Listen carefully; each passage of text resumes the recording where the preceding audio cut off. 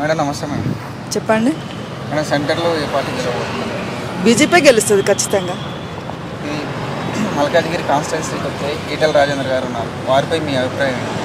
అతను చాలా మంచోడు, ఎందుకంటే అతను చాలా మంచి పనులే చేశాడు. ఇప్పుడు యూనివర్సిటీ ఉస్మానియా యూనివర్సిటీలో గొడవలు అయినప్పుడు ఎవ్వరు కూడా ముందుకు రాలేదు. తినే ప్రత్యేకించి పోయి అక్కడ గొడవలను సాల్వ్ చేసి ఎవరిది సమస్య రాకుండా అందరినీ అంటే ఒకరికి సపోర్ట్ ఇచ్చి ఒకరికి సపోర్ట్ లేకుండా మాట్లాడలే, ఇద్దరికి కలిపి న్యాయం చేశాడు. బీజేపీకి ఉన్న బలాలు ఏంటి? బలాలంటే మంచితనము అంటే మంచి బీజేపీ అంటేనే మంచి, దేనికైనా మంచికైనా చెడు అనేది ఎవరికి ఉండదు. మేము ఇప్పుడు ఇంత కష్టపడి ఇంట్లో అన్ని చేసుకొని వస్తున్నామంటే కేవలం ఒక బీజేపీ, మోడీ, ఈటెల రాజేందర్ గురించే వస్తున్నాం తప్ప ఇంత కష్టపడి డ్యూటీ చేస్తే కూడా మాకు డబ్బులు వస్తాయి, కానీ మేము డబ్బులు కూడా ఏం తీసుకోం. ప్రేమ కొద్దీ చేస్తున్నాం, అంటే నమ్మకం మా పార్టీ, మా దేశం. మోడీ అంతా చేస్తున్నాడంటే మేము కూడా చెయ్యాలి కదా, మాకు చేతనంత వరకు ఎంతో కొంత చేస్తున్నామని ఒక చిన్న ఉడత భక్తిలాగా చేస్తున్నాం తప్ప మేము చేసేది పెద్ద ఏమీ లేదు తను చేసే దాంట్లో. మోడీ ఆశీస్సులతో ఈటెల రాజేందర్కు ఆశీస్సులు ఉన్నాయి అంటారా? కంపల్సరీ ఉంటాయి, అంటే బీజేపీలో ఉన్న వాళ్ళు అందరికీ ఉంటాయి. ఎందుకంటే అందరికీ ఎంత కష్టమైనా కానీ అది భరించుకుంటూ చేస్తున్నారు. కానీ మాకెందుకు, మేము ఇంత పొద్దున్న ఎందుకు లేవాలి, మాకేం అవసరం, మాకేమన్నా వస్తున్నాయా? వేరే పార్టీ వాళ్ళు కూడా మమ్మల్ని ఎంతోమంది అంటారు, మీరు ఎందుకు అట్లా తిరుగుతున్నారు, మా దాంట్లో అట్లా ఇస్తారు ఇట్లా ఇస్తారు ఎన్నో చెప్తున్నారు. అయినా కానీ మాకు అవసరం లేదు.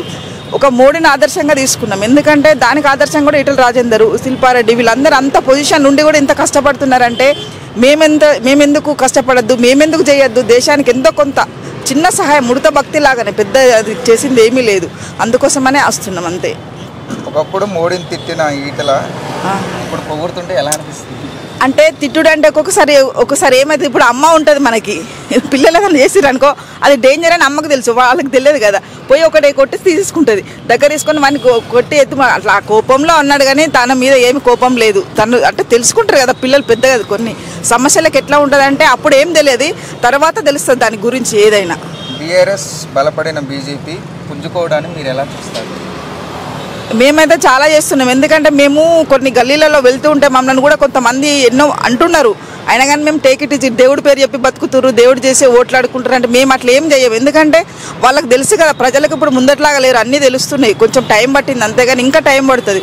దానికోసమే తప్ప డబ్బుల కోసమో పేరు కోసమో, దేవుడి పేరు చెప్పడం, దేవుడు అందరికీ ఒకటే, మాకు ఈ దేవుడు ఆ దేవుడు అంతా ఒకటే, అందరు కలిసి ఉండాలి, అందరూ మంచిగా ఉండాలి. ఒక చెరువుకి 4 దిక్కులు ఉంటాయి, ఏ దిక్కును వెళ్ళినా కానీ నీరు కోసం వెళ్తారు, తాగడానికే తెచ్చుకుంటారు తప్ప మేము కూడా మా పార్టీ గెలవాలి, మా ఉండాలనే తప్ప, అందరూ బాగుండాలని తప్ప మా వాళ్ళు బాగుండాలి వాళ్ళు బాగుండొద్దు, మా పార్టీ ఇట్లా మేమే అట్లా ఏమీ ఉండదు అంతే.